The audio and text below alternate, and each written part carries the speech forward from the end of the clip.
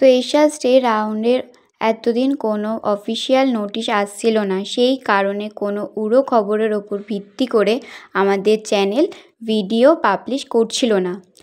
গত 16 তারিখ MCC official notice দিয়ে জানিয়ে দিয়েছে স্পেশাল স্টে রাউন্ড হবে।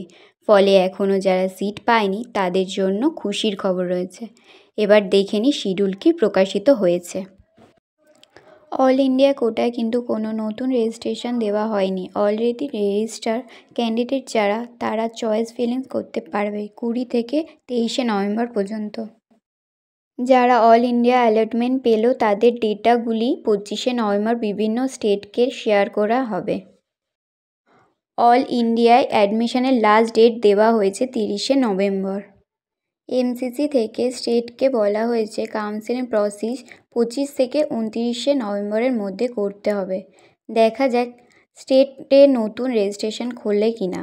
যদি না খোলে তাহলে অলরেডি রেজিস্টার নন অ্যালটেড ক্যান্ডিডেটদের পাওয়ার সুযোগ বেশি। স্টেটের জয়নিং লাস্ট ডেট দেওয়া হয়েছে 5 ডিসেম্বর। এটাই কিন্তু এই বছরের মতন এমবিবিএস বিডিএস ভর্তির শেষ সুযোগ।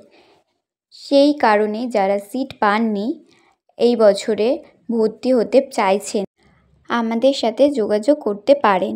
আমরা কিন্তু এই বছরে সিট পাওয়ার ক্ষেত্রে সম্পূর্ণ সহযোগিতা করব। নমস্কার।